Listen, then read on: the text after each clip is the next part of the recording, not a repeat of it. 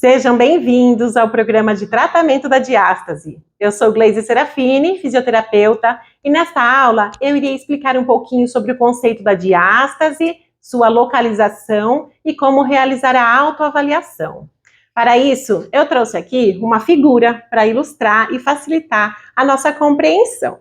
Então, essa figura do abdômen está em destaque os músculos do reto abdominal.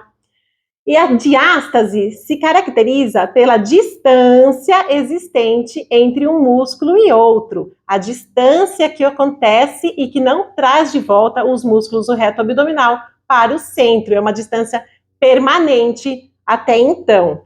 Quando acontece essa distância, esse distanciamento entre os músculos? Isso acontece durante a gestação, para que a barriga possa crescer, a placenta, o bebê, o útero possa expandir esse abdômen para esse crescimento que é necessário na gestação, mas também acontece em alguns casos como ganho de peso excessivo na obesidade, hiperlordose acompanhada de treinamento de força, treinamento intensivo de altas cargas com prisão de ar, a pessoa que prende o ar e faz a força e joga todo o ar aqui para o abdômen, fazendo um barrigão, uma protusão abdominal à frente. Então, assim, além da gestação, nós temos esses outros casos que levam ao afastamento do reto abdominal.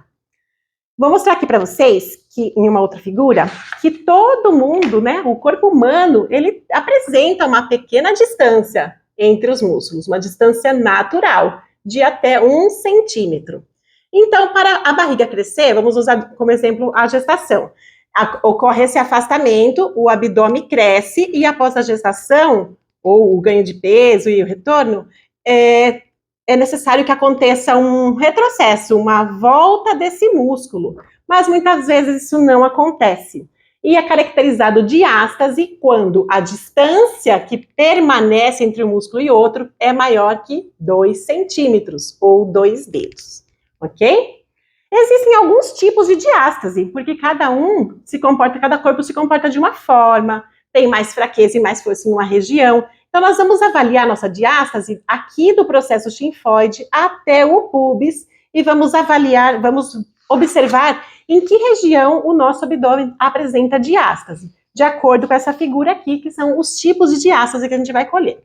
Então, nós temos aqui, vou chegar mais pertinho para facilitar, um abdômen normal, onde tem um pequeno afastamento, que a gente chama aqui de linha alba, tá?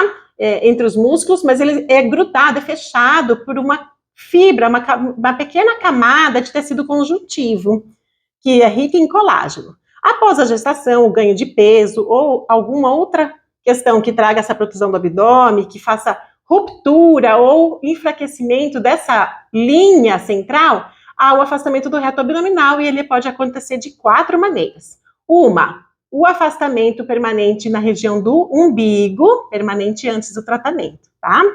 O afastamento abaixo do umbigo, o afastamento acima do umbigo e o afastamento em geral da linha alba inteira.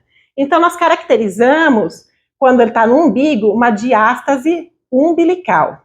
Abaixo, uma diástase infraumbilical. Acima, uma diástase supraumbilical ou uma diástase longilínea, que pega toda a linha alba, certo?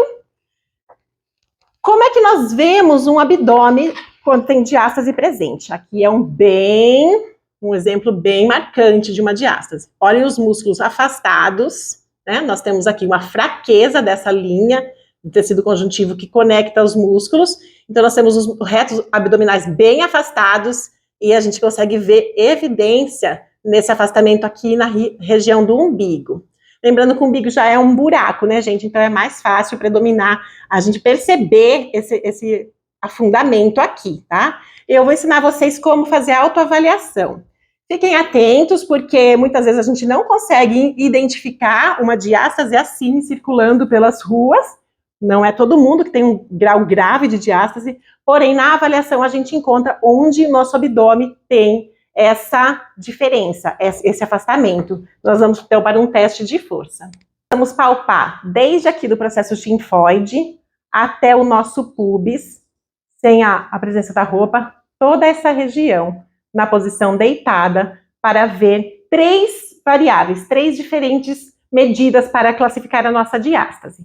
A primeira medida vai ser, vou até pegar aqui para facilitar novamente, a medida do comprimento da diástase. Eu vou ver se tem um fundo, se tem uma distância grande aqui e qual o comprimento. Ah, tem 4, 8, 12, 16. Quantos dedos, quanta distância em dedos nós temos nessa diástase?